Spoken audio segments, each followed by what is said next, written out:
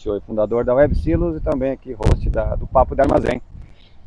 A gente está fazendo episódios diferentes, né? Vocês têm observado aí, notado.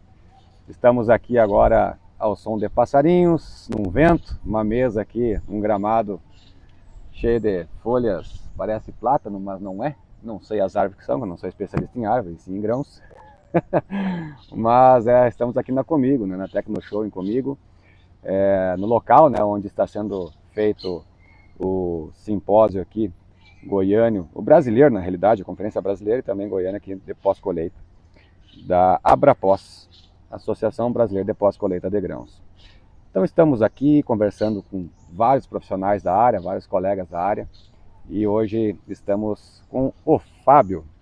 Fábio, o sobrenome aqui, Tomain? Tomain? Olha só, bacana. Ele é da FT Agro, Gestão de Riscos 360. Mas a gente está conversando desde ontem e falei, nós precisamos trocar uma ideia no Papo de Armazém para eu entender, né, eu, Eduardo Monteiro, entender também mais sobre gestão de riscos, seguros da armazenagem, o que a gente pode fazer aí para entender melhor, né? Mas, primeiramente, seja muito bem-vindo aqui no nosso papo diferente hoje, né? Bacana. Fizemos uma meditaçãozinha aqui antes, né, com o som dos passarinhos. Tá bom demais. Seja bem-vindo. Eduardo, bom dia aí para você, obrigado pela oportunidade de estar aqui falando, batendo esse papo bem descontraído com você, nesse ambiente maravilhoso que nós estamos. E aqui em Rio Verde, uma terra que eu gosto muito, né? A minha base é Goiânia, mas eu sou apaixonado pelo sudoeste goiano. E dizer também que é uma honra participar com vocês, que eu acompanho o seu podcast já há bastante tempo e um desses podcasts eu escutei você falar que você conversa com um grão. Eu falei, esse aí é maluco mesmo, esse gosta do que faz, preciso conhecer. E conhecer uma hora a gente tem essa oportunidade. Então, obrigado pela essa oportunidade de estar podendo falar para todo o Brasil aí, pela sua turma e parabéns pelo trabalho que você tem feito aí. Maravilha, obrigado, uma satisfação muito grande. Vamos lá, que bom. Aqui a gente vai vendo a turma aqui conversando com grão, com pessoas também, que é importante, né? Mas vamos lá. Fábio, explica para nós o que tu faz hoje, o que tu faz na área da armazenagem, para a gente entender um pouquinho mais, para ter um papo.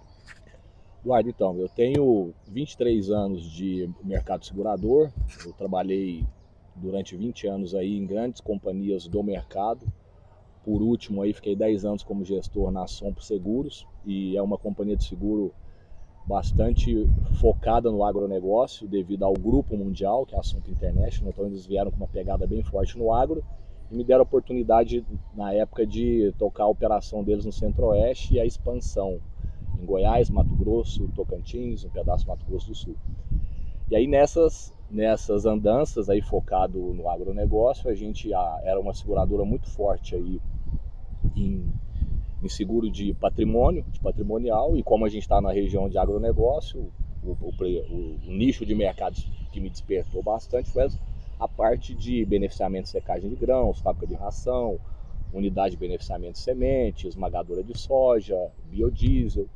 Então esse setor chamou bastante atenção e há 3 anos eu acabei saindo da Sompo, dessa seguradora que eu aprendi bastante, e montei a minha empresa de corretagem de seguros focada nesse nicho de mercado, que eu vi que a gente tem um potencial gigantesco no Brasil, e nas minhas andanças eu não identifiquei ninguém fazendo um trabalho diferenciado, de uma consultoria, de um trabalho mais técnico aí para o pessoal. Então a minha empresa hoje a gente faz consultoria e corretagem de seguros. Então eu pego informação, visito a planta do cliente, pego informação, levo para seguradoras para avaliar a qualidade do risco e volto com essa aceitação para tentar fechar com o cliente. Então eu sou faço o intermédio entre cliente e seguradora. A minha empresa é uma corretora de seguros normal. Igual você tem um convencional hoje, que é o corretor de seguro de automóvel, a minha corretora é uma corretora focada no segmento de armazenagem de grãos, que acaba a gente atendendo toda a cadeia do agro. Então, hoje a gente faz esse trabalho. E, às vezes, seguro pode parecer simples, né? Porque vai lá, faz a avaliação, manda para ver o que vai acontecer dali em diante, né? Qual o valor que vão pagar, o que vai cobrir, o que não cobre. Parece simples, né? Mas eu acho que não é bem por aí, porque quando fala em armazenagem, tudo é mais complexo, tudo muito grande, os volumes são gigantescos de grãos, na grande maioria, e principalmente onde estamos aqui, né? Então é interessante a gente entender um pouco mais como é que funciona esse processo, né? Para quem já tem uma unidade de grãos hoje, já tem seguro ou não tem, o que é importante avaliar no teu ponto de vista para evitar de ter surpresas lá no final, quando der algum sinistro, por exemplo. Perfeito, Eduardo. O que acontece? O brasileiro ele tem a cultura do seguro do automóvel, né? O cara compra um carro, uma Hilux, e não sai da concessionária sem fazer o seguro. Então todo mundo já tem a base na cabeça que o seguro de automóvel todo tipo de seguro funciona daquele mesmo mecanismo, daquelas mesmas condições. E o que acontece? Você acabou de falar, a armazenagem ela é bem complexa. A gente estava assistindo as palestras ali do simpósio, cada vez mais que você vai aprofundar em algum item da armazenagem, você fala, é muito detalhe que você não pode desconsiderar.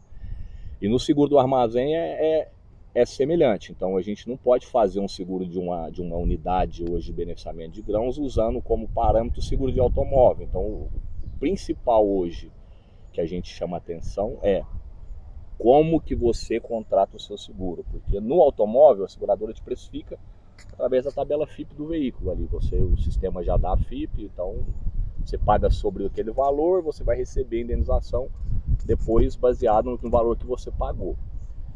O seguro de armazenagem a gente tem como enquadra na carteira de seguros patrimoniais e multirrisco rural, a gente tem que o cliente precisa declarar o valor do patrimônio dele para a seguradora. Então ele tem que informar quanto que ele investiu naquela estrutura, quanto que ele tem de mercadoria ali dentro, qual mercadoria que ele armazena, para você definir o valor em risco para a companhia. Vou tentar simplificar para ficar mais claro, para não ficar tão complexo. Por exemplo, se você tem uma planta que você teve um investimento aí de estrutura de 30 milhões de reais, mas você vai armazenar soja e com a mercadoria, se você considerar um pico de armazenagem, você tem, vamos para simplificar a conta, você tem mais 70 milhões de reais em soja, então você tem um risco de 100 milhões de reais. O que acontece hoje no mercado? Às vezes o pessoal, quando vai contratar uma apólice, não declara esse valor correto para a companhia, achando que a regulação do sinistro vai ser igual ao seguro do automóvel. Não, eu tenho um risco de 100 milhões, mas minha apólice está com 20, como a chance de eu ter uma perda de 100 milhões é mínima, 20 milhões me atende, então ele declara para a seguradora 20, só que ele não declara isso consciente, às vezes eles declaram erroneamente por falta de conhecimento. Então se você tem uma planta de 100 milhões e você declara para a seguradora 50 milhões, você está pagando o seu seguro sobre 50 milhões.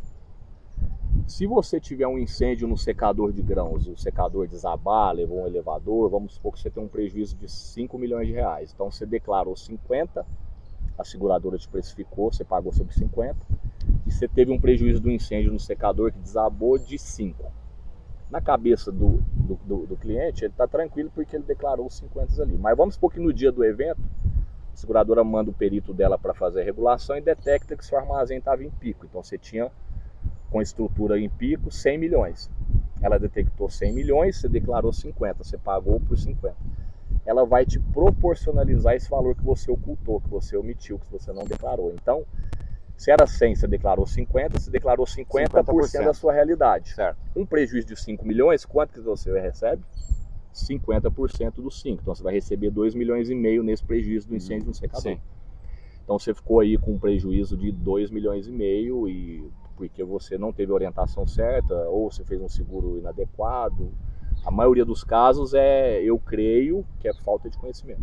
Tá, e vamos lá, então para nós clarear cada vez mais, então, se eu tenho 100 milhões no momento do sinistro, digamos assim, e nós temos 50 milhões na avaliação, se der um sinistro eu vou receber somente a metade dele, do prejuízo, né? E uma dúvida então, esse valor que está no pico, como tu falou, né, de 100 milhões, engloba a questão de grãos também, né? Então se eu tenho 5 silos, vazio no momento da vistoria lá, que a gente informou que valia 50 milhões, mas chegou mais 50 em grãos. Tem que estar isso dentro desse contexto todo seguro. Mais ou menos isso? Sim, tem que estar declarado dentro do seguro, a mercadoria, tem que declarar. Pode ser, ele tem a opção também, tá, Eduardo, de contratar o seguro. Eu não quero contratar mercadoria.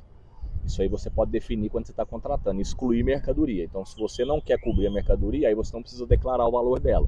Você não vai receber. Então, uma planta que a gente pegou exemplo, 100 milhões, 30 é estrutura e 70 milhões é soja, exemplo. Não quero fazer com mercadoria. Você vai declarar só os 30. Para a seguradora você tira os 70. Você vai pagar um seguro mais barato, só que o grão, se tiver a perda no incêndio, você não recebe o grão, só a estrutura. Você tem essa flexibilidade também. Então eu tô perguntando aqui para entender mesmo o negócio, né? Então, se eu tenho uma planta, eu quero só a estrutura, vou declarar só sobre a estrutura. Só parte civil. Mas se perder um secador, fica ok, daí 30 sobre o valor declarado dos 30 milhões, ali fica ok, eu recebo 100%. Você recebe 100%. Certo. Aí no caso do grão, se eu tive um sinistro de um armazém, deu um vendaval, que acontece bastante, pode acontecer, e perdi grão.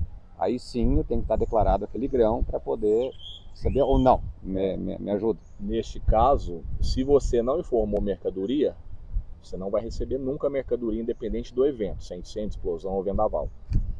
Eu vou até fazer um adendo aqui, que é o seguinte, essa cláusula que é o rateio, que a gente chama, ela só é aplicada em incêndio, explosão, queda de raio e implosão e lucros cessantes. As demais coberturas da apólice, por exemplo, vendaval, ciclone, tornado, danos elétricos, responsabilidade civil de empregador, responsabilidade civil de operações, essas coberturas não tem essa cláusula, tá, Eduardo? Então, só para ficar claro aí pro pessoal, então, todas as coberturas adicionais dos seguros ali não tem esse rateio que a gente está simulando aqui, as demais coberturas, tá? Mas é importante também, igual você falou, se ele não informou a mercadoria, ele teve um vendaval, a mercadoria ele não recebe, só parte da estrutura, tá? Então isso fica bem claro. E sem falar, Eduardo, tem mais parte complexa aqui de depreciação também, não vou nem entrar muito no detalhe da depreciação, vai bagunçar mais a cabeça do pessoal. Porque tem muita planta que você tem secador de 30 anos. Sim. Certo? Sim. E a seguradora, na hora de indenizar, ela vai aplicar uma depreciação também no cliente. E aí cada companhia vai ter sua regra, tem método ROS Reitec, método ROS convencional, o linha reta. Então, ainda a gente pode aprofundar um pouquinho mais sobre depreciação aí, que é um problema também, que ninguém explica quando está vendendo. Quanto mais velho o secador, mais velho o armazém, maior vai ser a depreciação aplicada nele na hora dele receber a indenização. E aí isso tem que estar muito alinhado com o que a gente vai declarar também para contratar o seguro. E não adianta eu declarar o valor de uma construção nova se a planta tem 30, 40 anos de existência. E essa atualização é feita anual daí? Ou quem é que tem que fazer essa atualização? Essa informação é a responsabilidade do cliente e o corretor, né? Em conjunto. A seguradora, hoje, ela não faz essa avaliação, ela só vai constatar e checar isso no ato do sinistro. Para contratar o seguro, ela não vai conferir. Mas na hora que tiver o sinistro, a reguladora, ela vai fazer uma perícia, vai fazer toda a avaliação da estrutura, ver o valor para ver se está dentro do que você informou na sua apólice ou não, tá? Anualmente, esse seguro ele é anual, renova todo ano, igual uma apólice de automóvel. Se o cliente faz uma ampliação na estrutura durante o ano, é importante a gente deixa bem alinhado que ele tem que informar, porque às vezes ele tem uma capacidade estática hoje de 300 mil sacas e ampliou para 500. Então o valor, concorda que o valor que ele declarou na apólice tem que ser atualizado? Então a gente faz esse acompanhamento também de monitorar se ele vai ter ampliação durante o ano ou não, para fazer uma correção nessa apólice para ele não ter surpresa. Tem detalhe para ver, né? Tem muito detalhe. Não é tem só... fermentação espontânea do grão, que tem que ver que a apólice se tem cobertura ou não, porque a maioria das apólices tem exclusão para fermentação e combustão espontânea. Vamos lá, então seria... Se quiser aprofundar um pouquinho. É interessante, né? Primeira coisa, temos que evitar ter isso, né? Ter problemas no grão. A gente trabalha muito para evitar esse tipo de problema. Não somente cuidar da termometria, aeração e tal, porque é a última coisa. Depois que está lá dentro do silo, não tem muito o que fazer, é remediar e cuidar do grão. Agora o antes que é o mais importante. Mas vamos lá, a ideia aqui não é falar de grão, muito. A ideia aqui é primeiro salvar das formigas, que ela está nos pegando aqui, né? Estamos no mato, né? Estamos aqui na grama. Mas a ideia, vamos lá então. Eu tô com o meu silo, então estou com problema de qualidade e tivemos lá os grãos arderam, queimaram. E aí? Tenho como ter seguro em relação a isso? Cobre, não cobre? Quais são os cuidados que o produtor ou a empresa tem que ter? Essa cobertura, Eduardo, ela é bem... Na verdade é uma cobertura, o pessoal confunde, geralmente como a cobertura básica cobre incêndio, explosão, queda de raio, todo mundo, a maioria das pessoas que não tem o conhecimento acha que uma fermentação dessa entra no incêndio. Principalmente se ela gerar uma chama ali, dependendo da fermentação. Eu já vi alguns vídeos aí que rola nos grupos, já até o grão pegar fogo ali, sim, né? Gerar até uma chama. Só que o seguro é um contrato, né? Ele é um contrato como qualquer um outro. Só que o brasileiro não lê, né? E lá nas cláusulas do contrato, na cobertura de incêndio, tem a exclusão de fermentação ou combustão espontânea. Então, para ele ter uma cobertura num caso desse, ele tem que contratar uma cláusula específica, que é a cláusula 308, dentro da seguradora. Ela é bem restrita no mercado hoje, devido às ocorrências de sinistros passados, e hoje esse sistema de controle da umidade ele é manual ainda, né? Então ele fica muito suscetível a fraudes. Então as companhias restringiram bastante essa cobertura. Mesmo que o cliente contrate essa cobertura de fermentação espontânea, hoje a seguradora vai te dar um limite específico. Então, às vezes você tem incêndio 50 milhões, né, vai te dar fermentação sublimite de 5 milhões, 3 milhões, bem limitado. Só que lá no contrato tem uma exigência que o cliente tem que cumprir, que, por exemplo, umidade não pode passar de 13% e impureza 1%. O que acontece hoje quando a gente vai conversar com os clientes, até oferecer essa cobertura, e falar, mas a norma do Ministério da Agricultura permite que eu armazenar soja e milho com até 14%. Se eu armazenar 3%, eu estou perdendo dinheiro, porque o grão está perdendo peso. E aí a gente fala, se você não tem condição de armazenar 13%, então não vamos pôr essa cobertura não, porque você não vai receber. Porque a seguradora, na hora do sinistro, ela vai te pedir os últimos 90 dias do controle dessa umidade. Uhum. Se ela constatar que você estava com umidade de 13,2, 13,5, 14, no clausulado fala que tem que ser 13, então você não vai ter direito à indenização. Então é uma cobertura muito delicada, tem que ficar atento, porque às vezes você vai oferecer e o cliente nunca vai receber. Sim, e às vezes deixar claro também que não tem cobertura, que o incêndio não paga esse tipo de evento. Certo. Que ele tem que cuidar da termometria dele, fazer uma gestão da aeração, gestão da termometria, que... Quando o cara tem cliente de todos os níveis, né? Quando o cara é um cara referência, ele fala, não, Fábio, o meu grão não tem esse risco de fermentar aqui não, o controle que eu faço aqui, esquece. Isso aí eu não tenho risco aqui, é legal. Agora, sim, tem gente que não tem esse controle, aí ele quer uma cobertura, mas quer que a seguradora aceita até 14, e não tem como, é contrato, não tem como flexibilizar. Até a seguradora, eu digo até a seguradora, porque eles... vamos dizer assim, em tese, não tem o porquê de conhecer de grão, certo? Tem que conhecer todo o processo, todos os cuidados que precisa. De grão não precisa. Quem tem que conhecer de grão é a unidade armazenadora. E dá para notar que a seguradora já viu que 13% é uma umidade de grão, vamos falar em soja, milho, mais segura para armazenar, para conservar. Então já entendem mais que muito instrutor que diz que é para botar soja muito para dentro de silo, que vai armazenar bem, vai ficar 6, 7 meses lá para dosar com o seco depois. Isso aí a gente já sabe, tem números provando, a gente toda hora, toda semana a gente está testando, avaliando, cuidando do grão, pesando o grão para ver o quanto que perde grão úmido. Aí o pessoal quer ainda manter com seus 14,5, 15, 16 por longos períodos para dosar com o seco. Isso aí é problema. É questão comercial os 14% e não técnica. Isso é que tem que entender, né? A técnica é quanto mais seco e limpo, melhor. Tá? E vamos lá então. Eu estou com 13% e mais limpo, não precisa nem ter muito seguro. Tu vai conservar com 13 limpo, tu não vai ter, o risco cai lá para baixo. Aí que a seguradora entra, né, com risco menor para poder estar junto nessa, né? Só realmente alguma eventualidade que vai dar algum problema, né? Tu tendo ele seco e limpo, né? Fora isso não tem por que dar problema. Eduardo, na sua experiência, então, o grão de 13% de umidade para baixo, a possibilidade de fermentação dele é bem menor. É bem menor. É muito remota. Agora não vamos parametrizar aqui com o Eduardo, que está dizendo que é 13, que é 12, que é 14. Não é isso. A questão que tem que entender de grão. Essa provocação que eu faço com meus clientes, com meus alunos, vocês têm que ser especialista no assunto.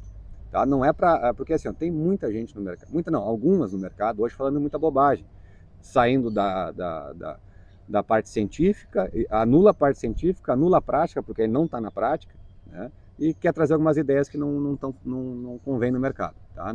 Tecnicamente não funciona. Então tem que ter esse cuidado. O produtor, a empresa, o líder, o operador tem que ser especialista, para não cair na conversa de ninguém. Tá? Então, qual é a umidade que ele vai conservar melhor vai depender das condições que ele tem, tá? Do melhor que ele pode conseguir. Aqui onde a gente está um clima bastante seco. Lá no sul, uma chuvarada, não para, muito úmido, então muda todas as características de conservação. Tem que ter esse cuidado. Então não vou citar aqui que é 13, que é 12, que é 11, que não é esse o caminho. Mas, obviamente, quanto mais seco e limpo, melhor. Mas não vou entrar no mérito aqui de perder água em água, essas coisas lá, essas questões que não é para o momento aqui, tá? Mas eu acho que o principal de tudo é a gente entender um macro disso, como é que a gente pode ter os cuidados, caso tenha algum sinistro, o que cobre, o que não cobre, mas principalmente entender o geral, né? Ler contrato, que é importante também. E dentre os desafios que tu enxerga mais, Fábio, assim, a nível produtor, tá? Eu não tenho dados, assim, o produtor, o que ele tem de seguro, o que ele não tem, quais são, o que tu identifica, assim, a nível produtor, os desafios que se tem hoje? Eduardo, esse número aí também de quem tem seguro, quem não tem, a gente não tem essa informação, nem as seguradoras têm esse nível de nicho de mercado específico. Mas na minha visão, o que eu ando, né, eu rodo bastante as unidades hoje, a gente está cansado de saber que o Brasil está com defasagem de armazenagem, estamos cansados de saber que todo ano constrói armazém, estamos cansados de saber que está faltando mão de obra. Só que nas minhas andanças também eu tenho percebido uma falta de orientação, viu, Eduardo, para o produtor rural. Tipo, ele constrói a planta, aqui na nossa região, por exemplo, tem muita planta nova sendo construída, e a hora que eu vou entrar com a minha parte de seguro, por exemplo, projeto de incêndio, ele não tem, ninguém orientou, não faz, aí vai correr de última hora um corpo de bombeiro, aí tem um pouco de burocracia. Então, para efeito de seguro, eu vejo hoje alguma dificuldade com relação a essa parte aí de estrutura de sistema de incêndio e plano de emergência, orientação, treinamento. Como está crescendo muito, mão de obra está escassa, então o cara constrói um armazém novo aqui do lado, ele vai no vizinho, pega o operador, paga mais, dá uma melhorada no salário, leva e o cara fica na mão, aí contrata-se um jovem da cidade mais próxima ali, não treina, não capacita, coloca para operar deixa que o que estava lá treinar, às vezes o que estava lá nem foi treinado por ninguém. Então coloca as pessoas despreparadas para tocar um negócio de milionário, né? Que não tem planta pequena aí. A gente está falando de no mínimo 30 milhões para cima aí de estrutura com grãos tudo. Então a gente tem uma deficiência grande aí de orientação do cliente, de gerenciamento de risco, de gestão de risco, de elemento humano, que é os funcionários. Igual a gente estava conversando ali ontem, tipo, se você tem uma equipe qualificada, você nem precisa preocupar muito com o sistema protecional anti-incêndio ali, que você não vai ter incêndio, dificilmente você vai ter um incêndio secador, dificilmente você vai ter uma explosão de pó se você mantém a unidade limpa. Então, assim, o mercado hoje, a gente tem esse gap aí, essa lacuna para trabalhar, e foi uma oportunidade de estar aqui te conhecer, até para a gente trabalhar junto no esforço de tentar dar uma mudada nessa turma, porque o proprietário às vezes não vai na planta também, fica só na cidade, aí eu converso na cidade com o dono, faço umas perguntas, ele me responde ok, eu vou na planta, converso com o pessoal e visito, é totalmente diferente do que o dono está achando que está acontecendo lá. E aí a gente vê que o gestor da unidade às vezes tem uma dificuldade de cobrar a equipe dele. Muitas vezes me pedem para eu uma exigência, pedem para eu formalizar algo para ele jogar a culpa em mim. Tipo assim, tem que fazer isso aqui porque o o pessoal do seguro tá cobrando. Então, tipo assim, vai limpar o secador a cada 72 horas. Aí eu mando um registro pro cliente para ele poder mandar para a equipe, ó, o pessoal tá cobrando aqui, porque ele não tem a habilidade de lidar com essas pessoas. Então, o desafio que eu vejo na área é essa, e do outra ponta também convencer as seguradoras que o negócio não é, quando você tem um gerenciamento de risco, um cuidado diferenciado na unidade, que o negócio não é ruim igual o mercado trata como risco restrito hoje. Então, após a explosão que teve lá no Paraná, que todo mundo ficou sabendo, os seguros, taxas subiram, as franquias subiram, o nível de restrição subiu, então o mercado ficou muito apertado. Então o desafio é esse, a gente levar esse trabalho de gerenciamento de risco e gestão de pessoas para a unidade e trazer a seguradora para ver isso e tratar esses clientes que fazem algum trabalho diferente. Então até tinha um pessoal da companhia de seguros aqui hoje. Perdão, eu apertei um botão aqui do... eu apertei um botão aqui do negócio aqui, mas tudo bem, vamos embora. Vamos lá, deixa eu travar aqui. Posso falar já? Pode. Então a gente tem tentado trazer as seguradoras para o campo, para conhecer, para saírem de dentro dos escritórios e vir conhecer as plantas. Tem muita gente que conhece plantas, mas acham que as plantas de 10 anos atrás, 20 anos atrás, hoje são as mesmas. Então tem muita tecnologia, muita automação, muita coisa nova que esse pessoal tem que vir para o campo conhecer, para tratar esses riscos de forma diferente. Então, desafios temos muitos. Tem muito, né? Tem muito. E Fábio, uma pergunta assim, como é que eu consigo ter uma apólice de seguro mais barata, digamos assim? Porque quanto mais risco, maior é o valor, certo? Perfeito. Exato. Quanto mais bagunçado o negócio dentro da unidade, quanto mais risco tiver, obviamente, você que está nos ouvindo e pensar, né? Eu vou investir nesse negócio aqui, eu vou fazer o seguro disso que é uma bomba que vai explodir, né? Então não, né? Ninguém quer fazer isso, né? Então obviamente o risco aumenta, o valor é maior. Quais são hoje as ferramentas ou o que a gente tem para ter um seguro mais em conta, com menos risco, né? Para ambos, né? Tanto o risco, porque ninguém quer ter problema dentro da unidade, né?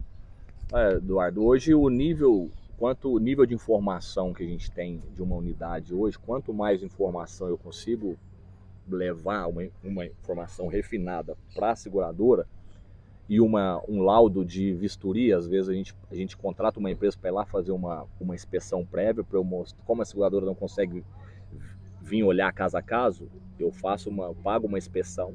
Então o perito vai lá, faz um relatório fotográfico, e eu tenho um questionário com 45 perguntas da planta e eu levo essa informação para a seguradora.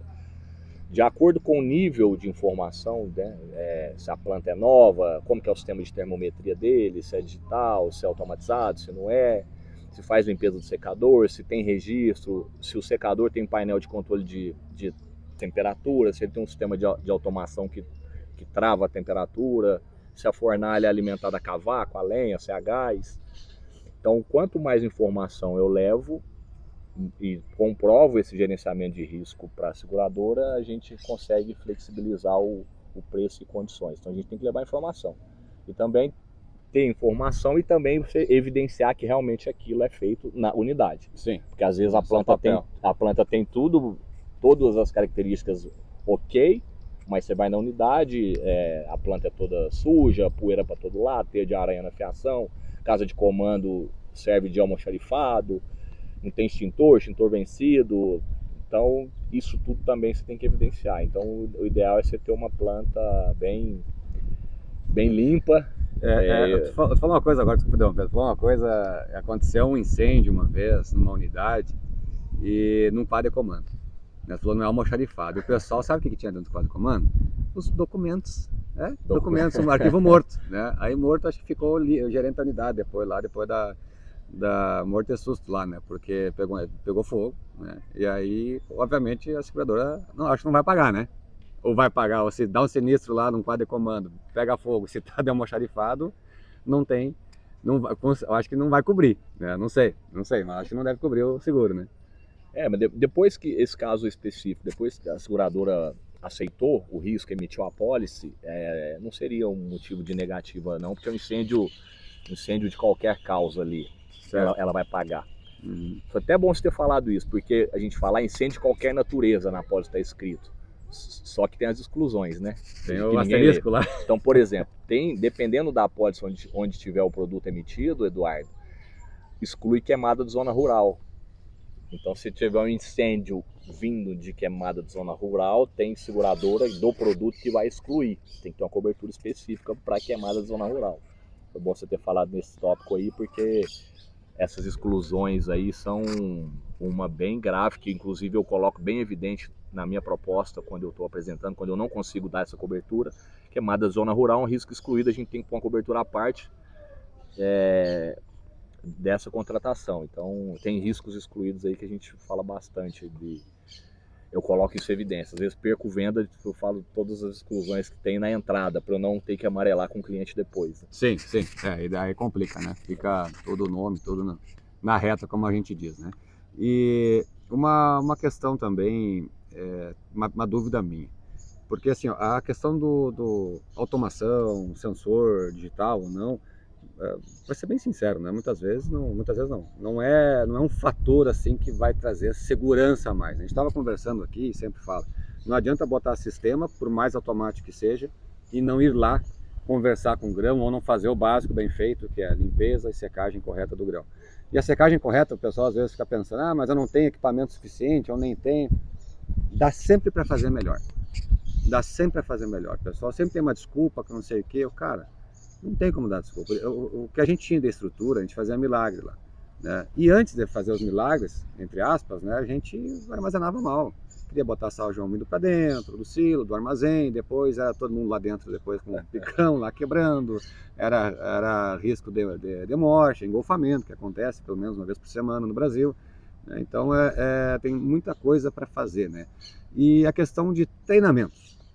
Se eu tenho equipe treinada, diminui o risco, diminui o valor da pólice ou não?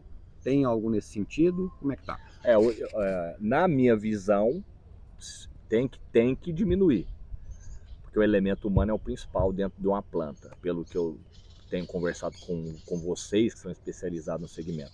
Só que o nosso desafio, Eduardo, é levar isso para as seguradoras, que quem dá o preço são eles. Certo. Então, às vezes, o que acontece que eu vejo no mercado? Às vezes as seguradoras querem exigir o quê? Sistemas protecionais. Aí ela quer saber se tem extintor, se tem hidrante, se tem alarme de incêndio, se tem alarme detector disso, se tem isso, se tem aquilo.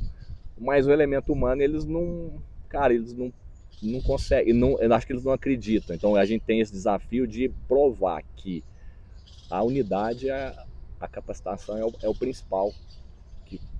É o treinamento, a gestão de pessoas, a limpeza, é o trabalho que vocês fazem. Então a gente tem esse desafio.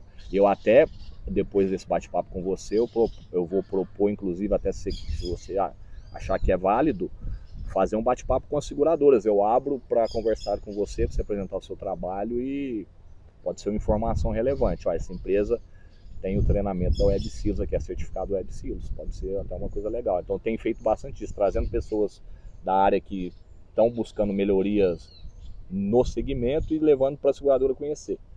Então acho que é importante, para mim tem que ser mais barato, tem que ser um diferencial, mas a gente tem que convencer as seguradoras, então a gente tem esse desafio. Teve uma conversa alguns anos atrás que eu participei e tinha membros de empresas, né, de seguradoras, né, falando sobre armazenagem, eles entendendo um pouco mais, né. A preocupação é sempre o secador, pega fogo, né.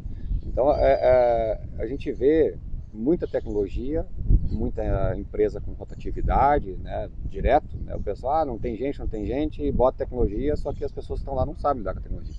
Não é com a tecnologia em si, apertar botão e olhar muitas vezes nem olham, tá? Porque assim, eu giro muita unidade no Brasil inteiro, e o pessoal não olha a termometria, quem olha não sabe ver um relatório, sabe, não vai lá na massa de grãos ver como é que tá, se realmente está de acordo. E a questão dos sensores, né? Os sensores é muito limitado lá dentro do silo. Não consegue, muitas vezes o problema está a 30 centímetros do sensor que não pega. Então não adianta, tem que estar lá, tem que ter conhecimento, tem que estar lá dentro, independente com quem seja, se é com Web Silos ou não, de preferência que seja, né? Mas estar com profissionais bons dentro da empresa, que façam acontecer, isso que é o principal. Né? O secador hoje, até hoje, ele é o vilão mesmo das seguradoras. Então ele tem uma frequência de sinistro alta em período de safra, então tem incêndio, vários incêndios. E até queria te fazer uma pergunta, porque o que eu levo para as seguradoras é o seguinte: o secador, qual que é a diferença dos secadores novos com secadores antigos, assim, hoje, de tecnologia, de automação, de risco de incêndios antigos, que, sei lá, era fogo direto, hoje já tem um captador de fagulha no meio, você já tem um sistema de... Tem diferença isso hoje, não é, Eduardo? Vamos lá. Ainda o setor da armazenagem está muito atrasado. Recém agora que começou a se atentar mais, com as empresas procurando mais. Mas vamos lá. O que muda dos secadores antigos para os novos? Tem uma pecinha. Não sei se tu conhece. É o elemento. Com duas pernas. Dois braços e uma cabeça. É o profissional. Claro que os novos têm mais opções, têm mais conhecimento embarcado, no sentido prático, né? Apesar de que tem muito secador novo, modelo novo aí nos últimos anos, que eu acho que quem projetou nunca tinha ido ver um secador, né? E acaba realmente tendo problemas aí com o sinistro, né? Mas um grande ponto é, as pessoas que estão lá, básico de secagem, qualquer secagem, uma fonte de alimentação adequada, de queima, né? Seja lenha, cavaco. A lenha não adianta querer ter lenha mais de palmo de diâmetro, né? Que acontece muito. Tem que ter lenha boa, distribuição boa na fornalha, cuidado com a temperatura na massa de grãos e principalmente a limpeza dentro do secador. Tem que limpar, não tem secador, o pessoal diz, aqui até 3% de impureza e tal, tem que limpar. Quanto mais limpo, melhor, né? Não tem mágica nesse negócio.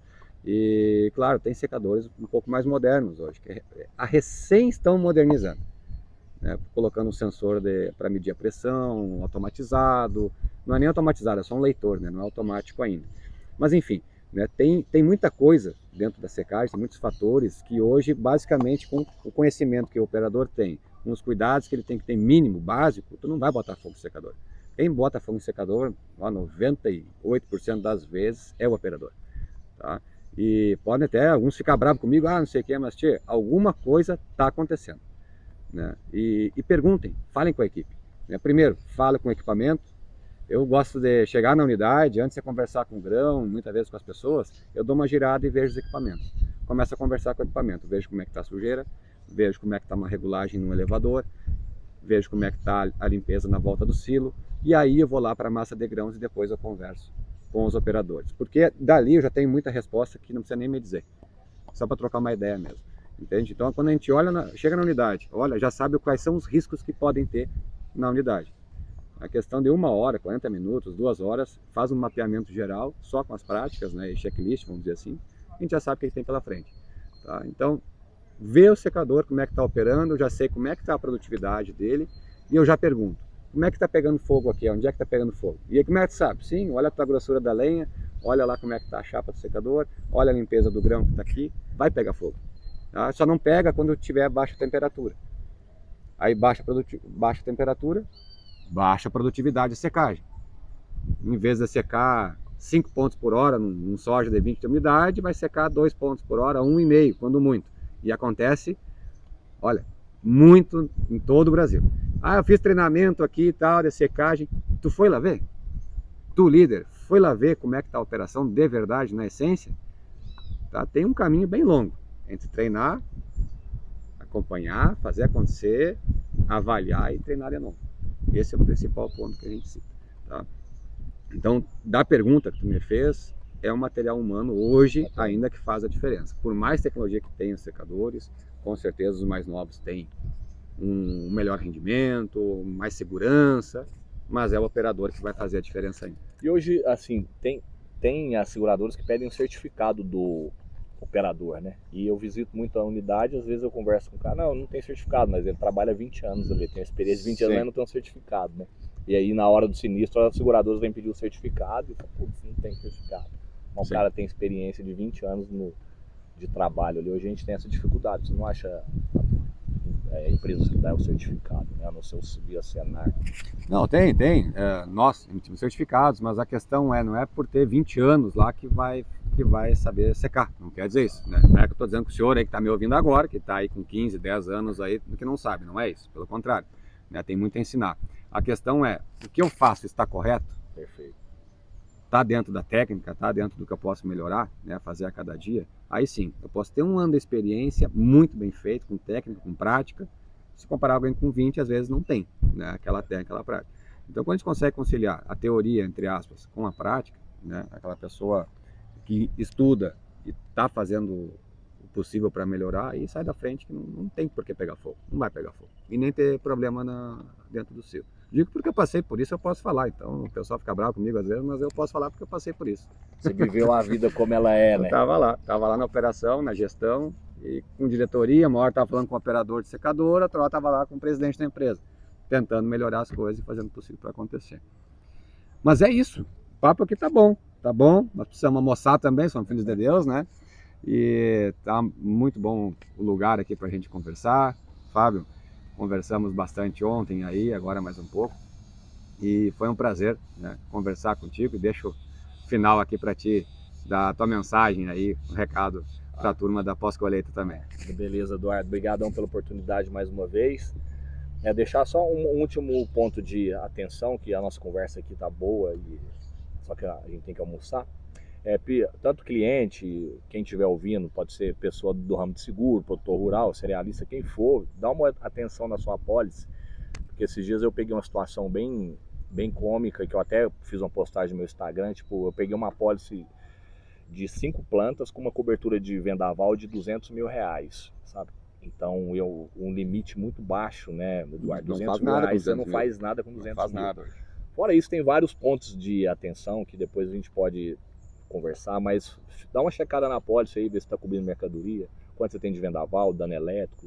Às vezes dano elétrico R$50 mil, sendo que o que você gasta de parte elétrica no armazém aí é 1 milhão, 1,5 milhão. Então, só dá uma checada na apólice de vocês e vocês podem falar meu contato, se alguém quiser me achar aí na rede estar lá social, no aí, no link aí vai estar aí. Fábio Tomain. Então, obrigadão pela oportunidade mais uma vez, foi um prazer aí. E eu ainda vou ficar até amanhã aprendendo mais com você aqui, Eduardo. Vou sugar um pouquinho do seu conhecimento aí. Maravilha. Obrigado, viu? Vamos lá, tamo junto, obrigado. Um abraço a todos aí que precisar. A gente está aqui para se ajudar, tá bom? Valeu, obrigado. Até mais, valeu. Tchau.